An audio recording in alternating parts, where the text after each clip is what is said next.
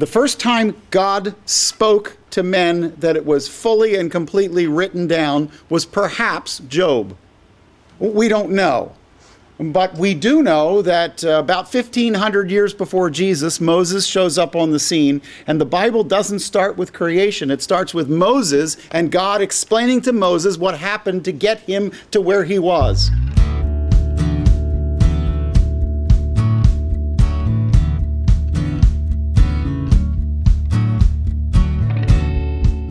So you got to look at it like 1,500 years before Jesus, God begins to write down through the pen or quill of Moses the very first things he has to say. But don't make the mistake.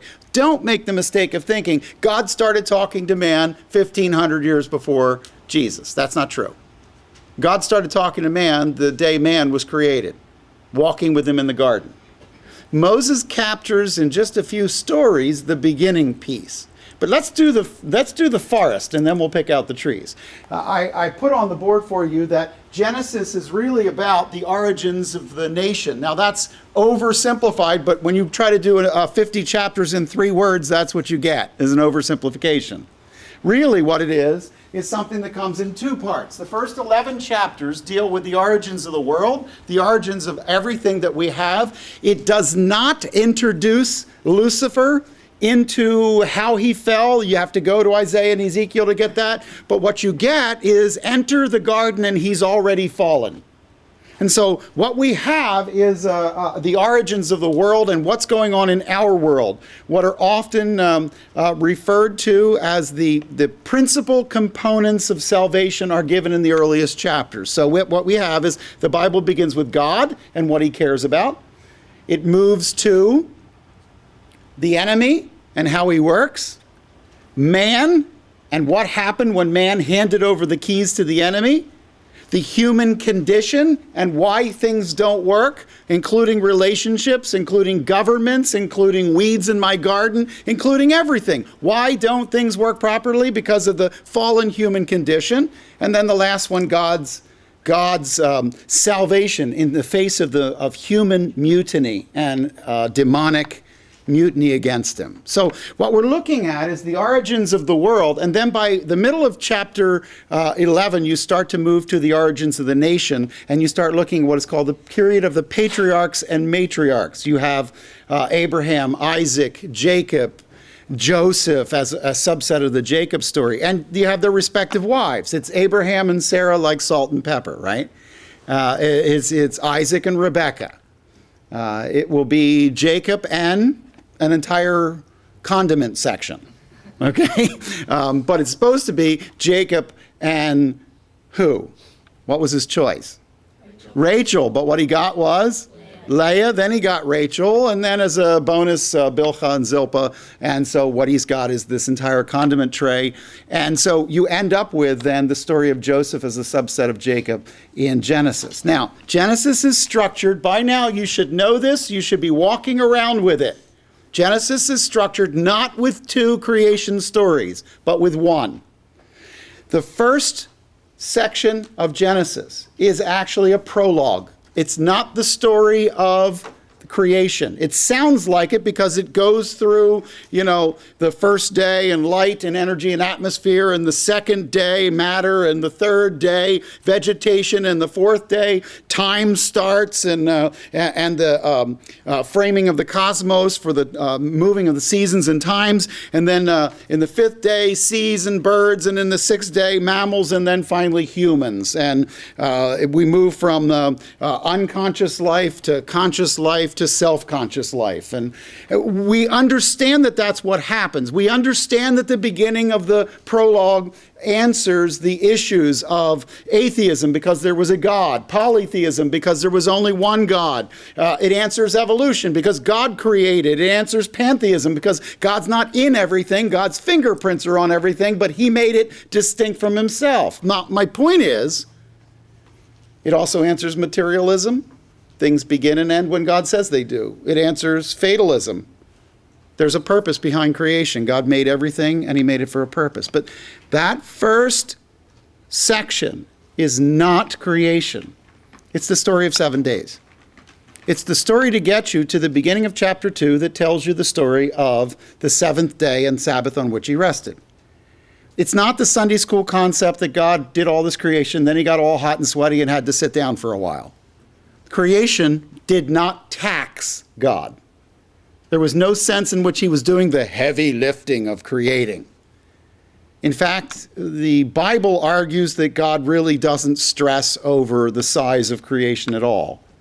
Job makes the point that creation was something that God enjoyed, something that he committed himself to, something that he chose, but not something that overwhelmed him. So what's the whole point of the seventh day? Well, there's a cycle to things. There's a beginning and a closing to things in God's mind. And so you should see that life was made with beginnings and endings in cycle, and that material life was given a chronological time frame in which to play itself out. God set laws, and God decided that he would divide light from darkness. I don't know if you've ever been in the part of the world where, in the northern part of the hemisphere, where there's nighttime, the sun doesn't go down. But I can tell you it's very disorienting when you don't have sunrise and sunset.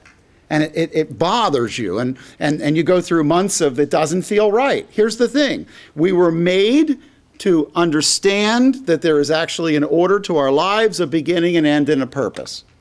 And so out of that prologue comes this. I want you to take every seventh day in which I rested, I ceased, and I want you to remember that that's how I work. And I want you to do that because that's how I work. Now, here's what's important. When you get to the beginning of the scrolls, you start to see that the scrolls play out in the word toledot. Toledot is these are the generations of, or this is the story of. And do you remember in the beginning, you have the stories of the heavens and the earth, but it's actually not the story of the heavens and the earth. It's the story of how the heavens and the earth got messed up. How did they get messed up? Enter Lucifer. Enter the surrender of the keys of man who is the manager, God who is the owner, and the manager gives away the keys to the store and the store goes south. There's a problem that develops in the narrative as a result. So heaven and earth will be about what went wrong. And then there's a second scroll that comes after it, and it's actually told in what appears to be a genealogy. It's not a genealogy, it just appears to be one. A proper genealogy goes to the oldest son and continues to play out the oldest son. But at the end of chapter 4, you have an indicator of who are the oldest sons. And by the time you get to Genesis chapter 5, what you have is a partial genealogy that is to tell a story. And so each of the names in Genesis 5 will set up the story for what's about to happen in chapter 6. And in the beginning of chapter 6, the sons of God, in my reckoning, these will be angels. They will use it in the same patriarchal terminology as Job uses it. The sons of God will come in and, as people spread out, begin to try to infect the race. They do this deliberately, materially. How it actually works, I don't know, but I do know that the Bible says in both Jude and 1st and 2nd Peter that demons left their estate, their own habitation, came into human habitation, into the material world, and attempted to corrupt the race. And when that happens, this is the story of the near destruction of man. That's when he says Adam, or man. The first man is named that. He comes from the soil of the ground, Admah. The soil of the ground is red, Adom is red, so they're all related. Here's the thing. This is the story of how there was an attack on the human race and how God stopped it. How he stopped it was by choosing a man of clean blood, of tamim, of clean blood. He took a man named Noah, and he took his sons. They were neither perfect. When it says that he was of clean blood, it does not mean perfect. The story of Noah will include drunkenness and embarrassment, and it'll include sons that don't know how to handle his embarrassment. So it's clear that they didn't get on the boat because they were all perfect, but they were of clean blood. And so God put them on the boat, and he saved mankind by wiping out this incursion. There's a dramatic battle in the cosmos. It had played out from the time Lucifer came in. It had played out as the sons of God became part of the material world and tried to ruin the daughters of men, and it came out as God then moved his pieces on the board and tried to stop what Satan was doing. The reason the sons of Noah will be important, the reason that 10 and the first part of 11 is important, is it's a scroll that answers one simple question. Why doesn't everyone in the world follow God? Because coming off the ark, everybody knew God was serious about sin and everybody knew God was real. There was nobody who got off the ark and said, I wonder if there's a God. Nobody. Everybody got that. But in the process, some of them spread out. Shem, Ham, Japheth, or Yephet went out, and as they spread out, some of them just decided it wasn't as important as building the next garden or building the next city.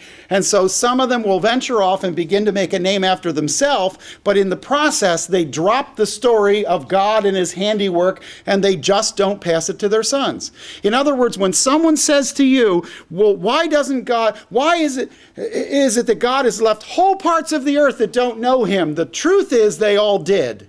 The truth is one of their fathers in the line back somewhere did and stopped. And that's why this particular scroll becomes important. Then we follow up the Semites. You remember that one of the sons is Shem, and he goes to the area that today is part of Canaan, part of Eretz Israel, the land of Israel. But here's the important thing. Semitic people come from Shem. We call the Semitic languages Arabic, Hebrew, the Middle Eastern languages. But of those, a subset is one particular fellow by the name of Aber. Aber is the one from which we get Hebrews. The name comes from this. And Aberi, or Hebrews, are in fact a line of people from Shem, and that line will make its way down to Terah, who will be the father of the nation, quite literally, because he will have from his loins Abraham, and Abraham will become the actual installed father of the nation.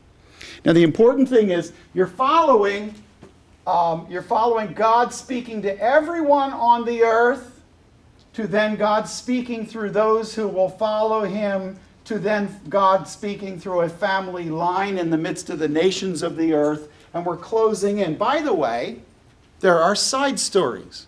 So Abraham is the main story, but Abraham has a personal problem. His personal problem is he tries to solve God's will Abraham's way.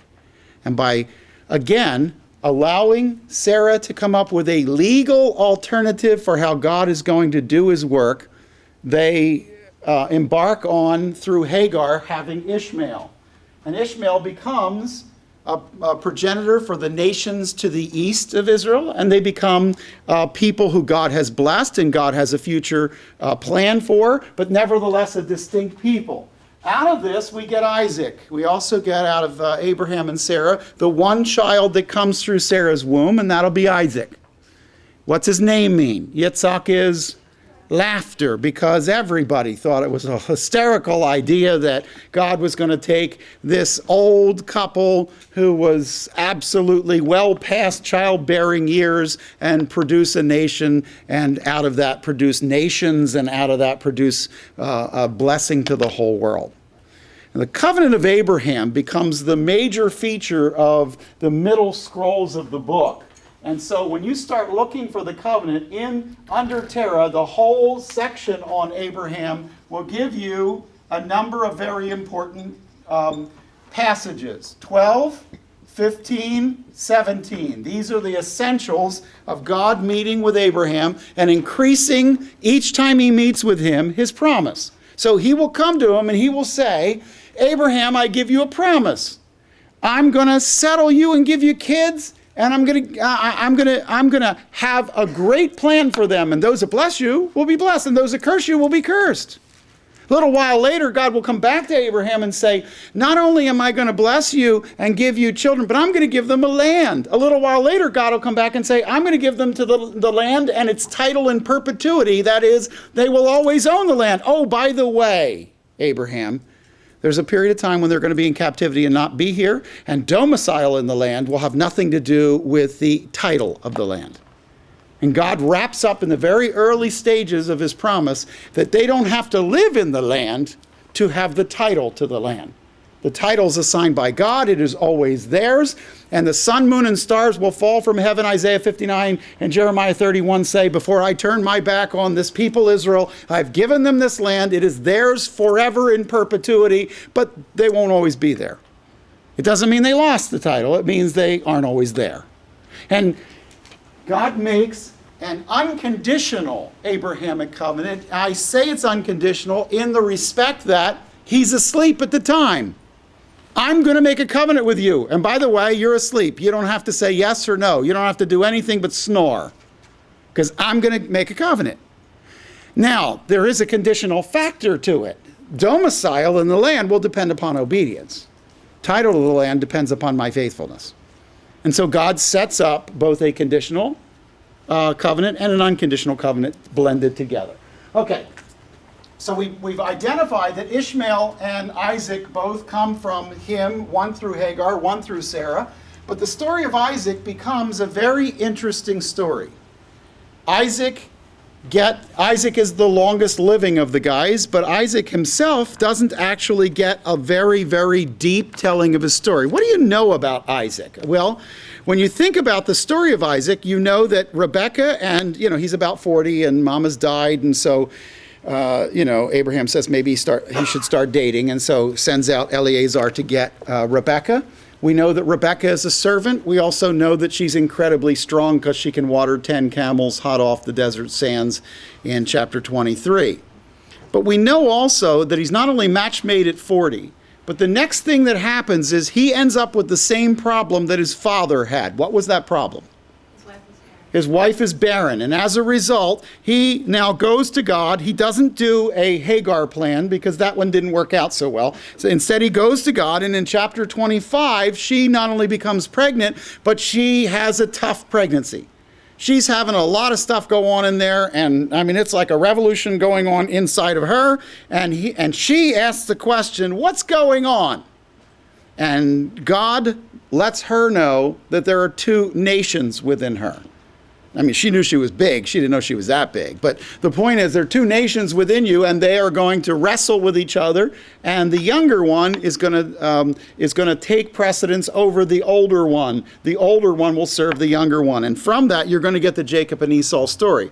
You also, though, have in chapter 26 an interesting story of the deception in front of a prince whose name was, or whose title was, Abimelech, Avi, my dad, Melech, king. My dad is king, prince.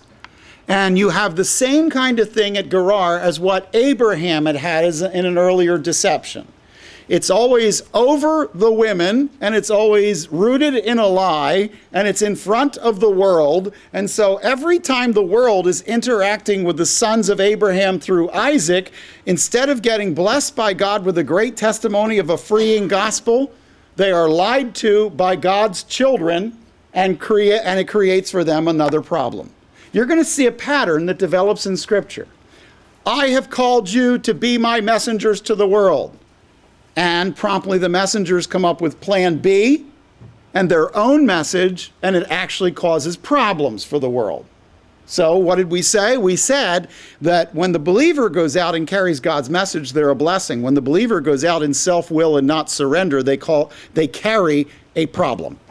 They actually transport a problem people didn't have. So all of a sudden, people are going to be sick who weren't sick because you walked in disobedience. Now, ultimately, they solve that problem, and you have Abraham, who's a deceiver, then you have Isaac, who's a second-generation deceiver. And in the story, as it's being played out, what you get is a very clear idea that God isn't using these people because they're so good. That's not the story. The story is they are really able to mess it up quickly, but God uses them in spite of them. And as we move past this story, we go down to one of the key problems that Isaac had in his life that is played out in Jacob and Esau's life. What was the key problem? Well, there is a deception issue, but what's the other problem? Family issue. I'm sorry? they play favorites. And because they play favorites, they set up a series of problems. Isaac loves meat. Because he loves meat, he loves Esau, because Esau produces. And so Isaac loves his son more out of productivity, out of what he does, than who he is. And in fact, that sets up a problem. But Jacob liked to hang around the tent. We'll call him the interior decorator. He hangs out with the ladies. He's got communication skills more attached or more understood by gals than by guys. Hunters don't talk a lot because you don't actually catch the animal or kill the animal if you've been making noise. So the whole thing about hunters is they're quiet. In Esau's case, he's hairy, he's red, he's quiet, and he's an effective hunter. Jacob, he's more pretty, he's more smooth, he doesn't have rough hands, he can cook, he does, he's home and garden TV all over the place. And the point is that it's not one is right and one is wrong. That's not the point. They're different.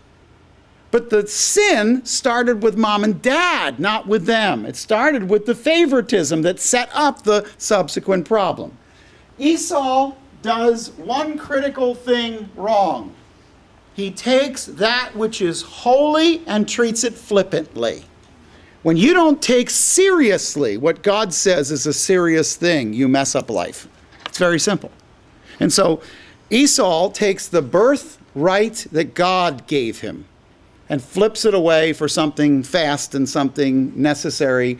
And he does it by focusing on the physical world and not focusing on what God has done in his life. And remember, we said, never, never trade what you really want for what you want now. That's a terrible mistake. You want long-term gain, short-term pain, not long-term pain, short-term gain. Now, in response to that, we also travel with Jacob, and we spend some time with Jacob. And you gotta love the story of Jacob, because Jacob's name, Yaakov, means what? Trickster, heel catcher. He's the guy that sticks his foot out as you're walking by with your lunch tray. He's the guy who likes to play tricks on people. The other side of that is his manipulation and his deception become his Achilles heel, if I can use a Greek mythology term. It becomes his problem. So God, in the process, is shaping Jacob because he's got something he wants to do with Jacob. Jacob has stolen the birthright, and now we enter the tent as his father is aged, and his mother helps him plot to get the blessing from the father that belongs to the older son. Now, Esau is big, hairy, red, a good hunter, and Jacob should run quickly. And shortly after the blessing story, you see Jacob on the run. And making his way from the Negev in the south of Israel, he will make his way up into the central hill country and get as far as a little north of where Jerusalem is today. He will go to Beit El, Bethel. He will lie down at Bethel, put a stone under his head, and when he does that, God will show him something he has never considered before. Manipulative people believe they have power they do not. Manipulative people think that they can work the angles and get the outcomes. But there's a problem with that idea. That neglects to understand that above you is a spiritual world, and above that is the Lord God of heaven who sits at the highest point. And so he has this incredible dream, and he sees a stairway connecting the earth and heaven. Now here's what's important. Not only is there a heaven above, but it's connected to what's happening in the earth. A lot of people in your life believe, well, yeah, I think there's an afterlife and I think there's, a God, but they don't see the stairway between the two. That's the part that was shocking to Jacob. Angels coming up and down. You mean there's a connection between what God is doing in heaven and what's happening on earth? Answer, yes, yes. Because if you go through the scrolls of this book, you'll see very clearly that God has been moving through the whole story. You'll also see the demons, and you'll see Lucifer and his plays through the story. So the point is that when Jacob finally realizes that, and then he sees that the Lord God is above all that's going on, he gets an idea and has that salvation experience where he understands there is a God, he is personally involved in my life, and it's not only about what I want to do, it's about what he's doing around me. At that point, enter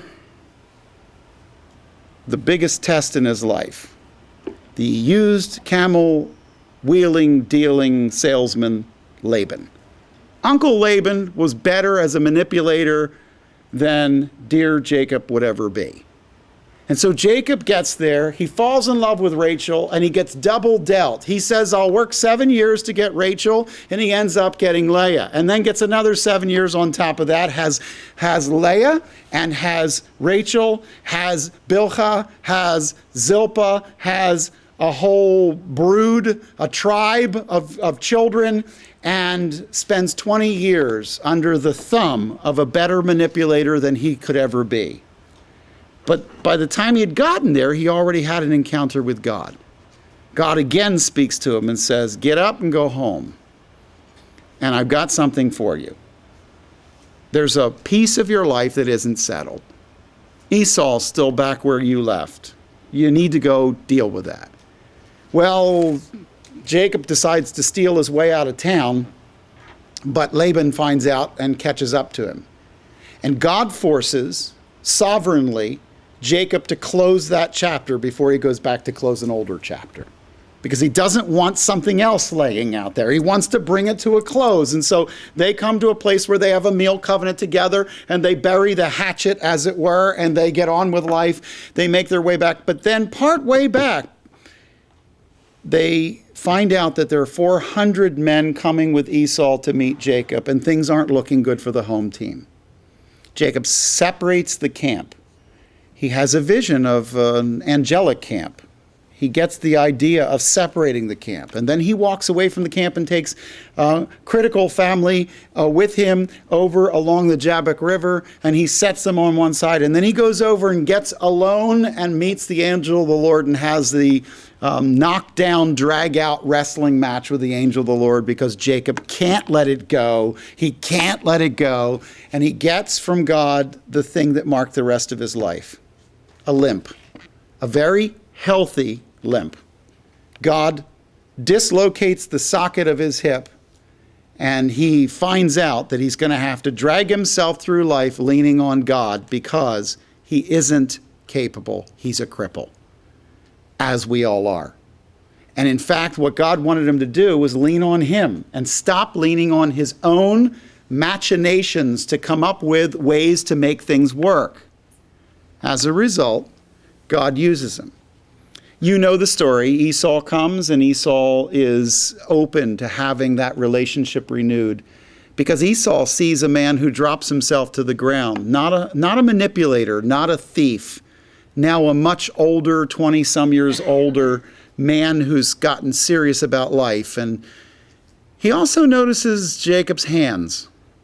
He's not a guy who just sits around in the cooking channel. He also goes out and deals with the sheep and deals with the goats. And he's a guy who's become the kind of man that Esau could respect. I'm not suggesting you have to have rough hands to be a good man. I'm suggesting Esau thought that. And when he saw it in his brother, it met his qualifications for what his brother should be. And so Jacob and Esau find themselves together. Now we cut off of the story as we continue with the line of Jacob. And the problem is that Jacob duplicates his father Isaac's mistake. He finds a favorite. And that favorite is Joseph. Yosef, he may add. Child of Rachel, loved of his father. And his father decides that, he still has that little decorator flair left in him, so he decides to do a special costume and knits him a multicolored coat. Joseph gets it. Joseph struts around with long sleeves and a long coat that's multicolored that obviously says, I don't do hard work. Someone take care of this for me. Joe has a problem, a propensity to have dreams, the knowledge of what those dreams are about, and the lack of discretion to open his mouth and tell the people that are subject to his dreams. And they're not nearly as excited about some of the dreams, because the dreams say, you're all going to bow down and serve me. And that doesn't fly well with anybody, much less his older brothers. People like Reuben, who are the firstborn, really don't take kindly to such things. And you find that there's a growing tension in the home that for some reason Jacob doesn't seem to catch. If he does, he doesn't key into it, and he allows the rivalry to build, and then sends out Joseph to find the brothers up in the Dothan area, and they end up throwing him down into a pit, selling him into slavery. He ends up in Egypt, and you pick up the story of Joseph. We find in Joseph some of the most painful stories of the Bible, followed by one of the most optimistic guys who always seems to look on the bright side of life. This guy seems to see God's hand in it, and that makes all the difference. So as you play out the story of Jacob from 37 to 56, a big portion of that is actually the story of Joseph.